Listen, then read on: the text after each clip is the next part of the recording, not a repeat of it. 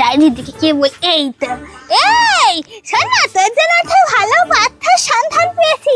কালেজে কাজ করে, সরকারি কাজ, 20,000 টাকা মাইনে পায়। বিয়ে করবি?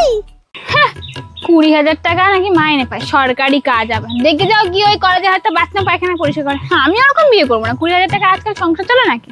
বেশি বেশি ঘ্যাম, বেশি একেবারে অহংকার বেড়ে গেছে। তোর বাপ ক টাকা মাইনে পায়? তুই এত বড় বড় কথা বলছিস?